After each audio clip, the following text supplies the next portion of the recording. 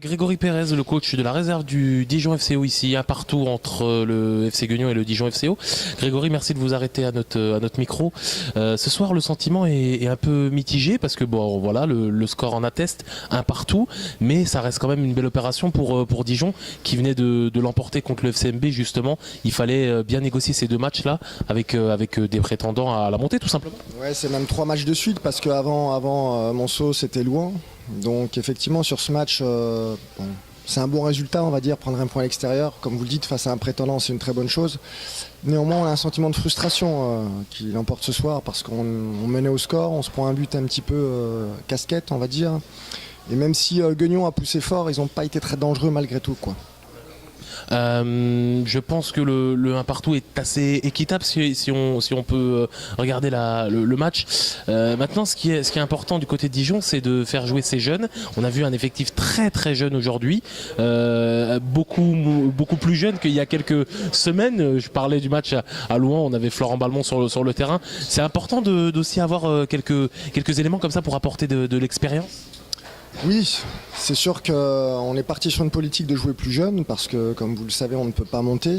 Donc après, voilà, c'est forcément plus intéressant d'avoir quelques joueurs expérimentés pour encadrer ces jeunes. Ils en ont besoin. Et je pense qu'on en a peut-être manqué un peu d'expérience ce soir sur la fin de match.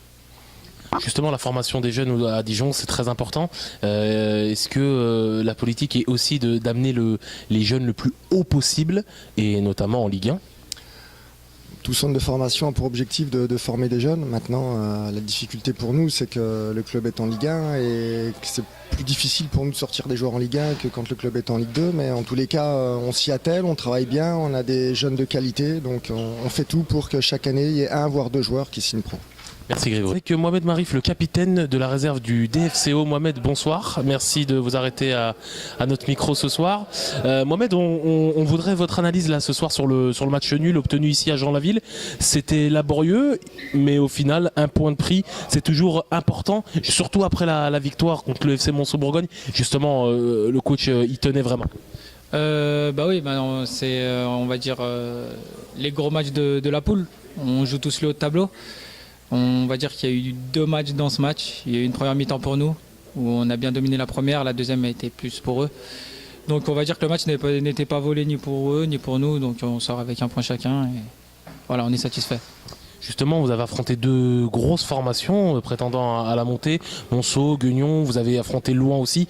La poule est relevée cette année, on avait fait l'analyse en tout début de saison en se disant que cette année la poule allait être très relevée et ça allait jouer la montée à 4-5 équipes. C'est votre analyse ? Oui, il y a vraiment de très bonnes équipes, avec d'énormes joueurs, très bonne qualité. La poule est bien relevée, ça va être dur cette année pour jouer les premiers rôles. Mais bon, on s'accroche tous et on verra ce qui adviendra à la fin de la saison. L'effectif est jeune cette année au DFCO. Pour vous, c'est important d'être là en tant que capitaine pour encadrer tous ces jeunes-là et essayer de les porter le plus haut possible, apporter votre petite expérience. Voilà, c'est ça, on essaye d'apporter l'expérience qu'on a pu avoir par le passé. Voilà, l'équipe est très jeune, ça tourne autour des années 2000, entre 95 et 2000. Donc voilà, on fait avec et voilà, on essaye de les faire progresser pour qu'ils puissent atteindre le monde professionnel. Merci beaucoup Mohamed. Avec Johan Lapère à l'issue du match nul 1 partout ici au FC Guignon contre le Dijon FCO. Johan, merci de t'arrêter à notre micro. Grégory Pérez, le coach de Dijon, nous disait qu'il était assez content d'avoir pris 1 point là ce soir. J'imagine que c'est pas le même sentiment ici du côté de Guignon. Non, ouais, forcément déçu du match nul. Je pense qu'il y avait la place pour avoir un résultat positif. On a eu pas mal de situations où ça a été chaud. Malheureusement, c'est ce qui nous manque un peu depuis le début de la saison, c'est cette efficacité.